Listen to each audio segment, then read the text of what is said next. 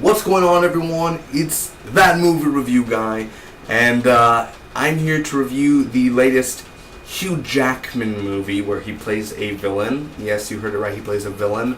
And also, this movie is directed by Neil Blomkamp, who is going to direct the next Aliens movie. He also directed District 9. I have sadly not seen that yet.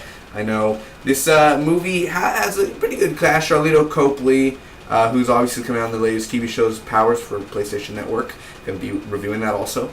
But this movie is a movie where, at first, when I saw the first trailer, it looked boring to me. It's just a robot with feelings. Oh, we haven't seen that before. One of those, someone get frickin' Jeff Goldblum, take off his glasses, artificial intelligence. Yeah, one of those. And then I saw the second trailer, and it blew me away, man. So I went into this movie, and shall we begin? Of course, I'm talking about Chappie.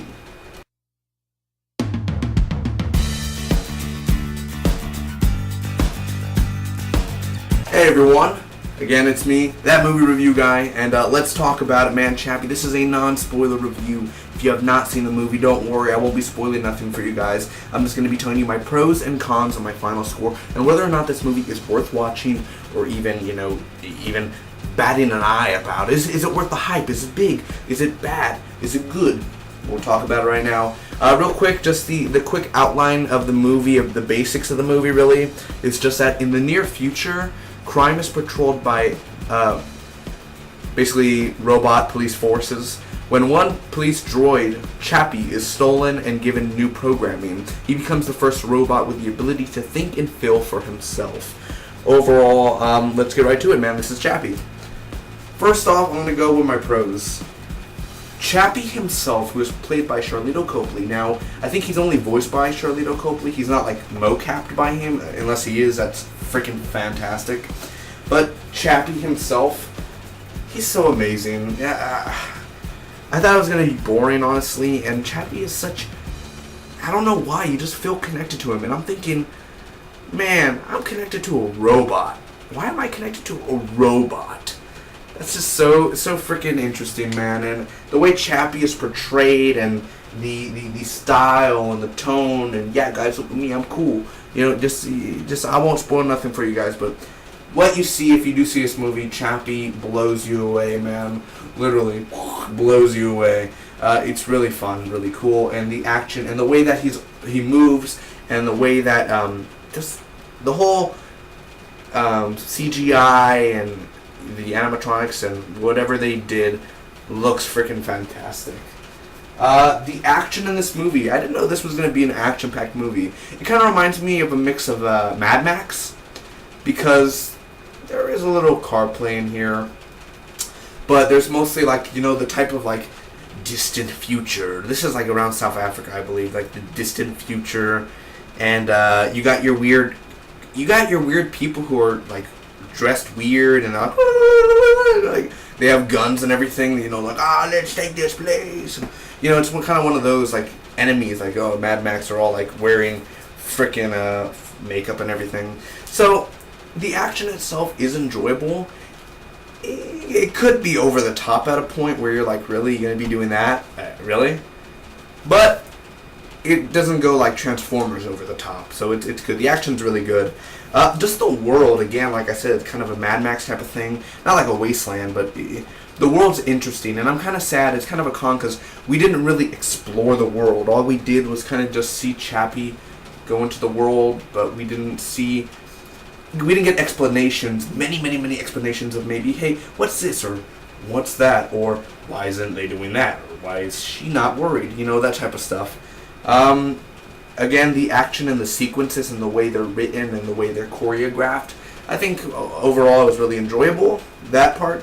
Overall, if we're going to be talking about this movie, the 3 acts, the second act, the middle is the best, the best. The middle, second act is just great. It's great, honestly. And Hugh Jackman, I honestly thought Hugh Jackman, he looks silly, he has a mullet type of look, and I'm just boy, just don't, you're gonna suck. You're only good for Wolverine. And then I see him and he's just shit. Hugh Jackman, one of the reasons you should even watch this movie is Hugh Jackman himself. He is so freaking great at his character, and he's just so enjoyable to see on screen. He's enjoyable. I don't know why, but he just is. And either you're not rooting for him, but you still like Hugh Jackman.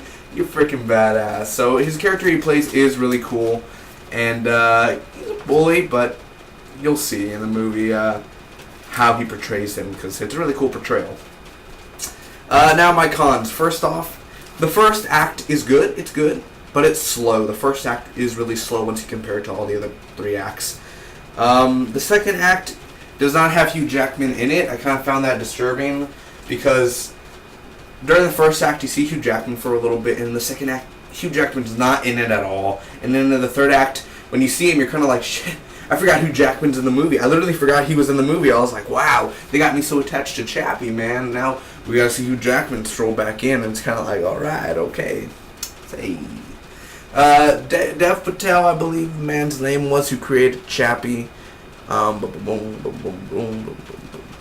Patel. He's okay. I mean, he's interesting. He's pretty cool. I'm pretty sure he's come out of some movies that I've heard of, but I just never really even bat an eye, like I always say.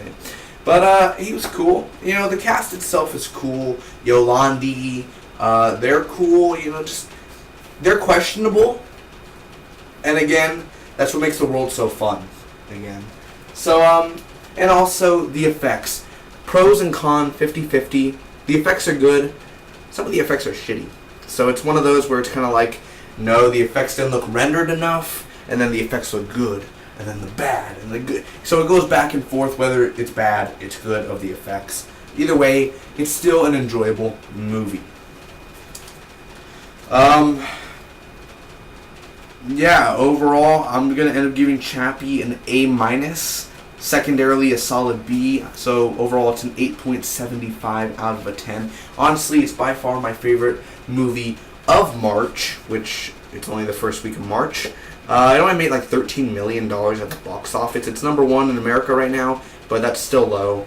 But it's an enjoyable movie. I do recommend you guys right now to go see the movie. Now, if you guys are into sci-fi, you're into that type of Mad Max type of world, it's sort of like a Mad Max, sort of like a RoboCop, Mad Max RoboCop type of movie. Definitely go check out this movie if you like robots, if you like emotion, and if you like a good crime, you like a good action popcorn. It's worth watching, but save the popcorn for the second act, please.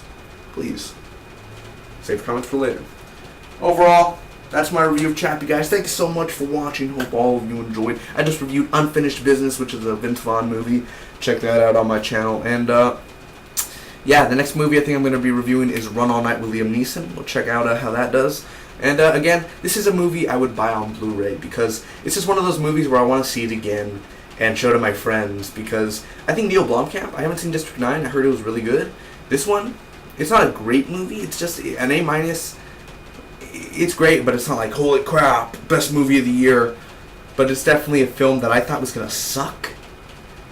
I ended up walking out liking it and being like, you know what? I don't mind watching this again. I'll watch it again. I'll own it. I'll own the movie. Simple. It's Spocky with you always.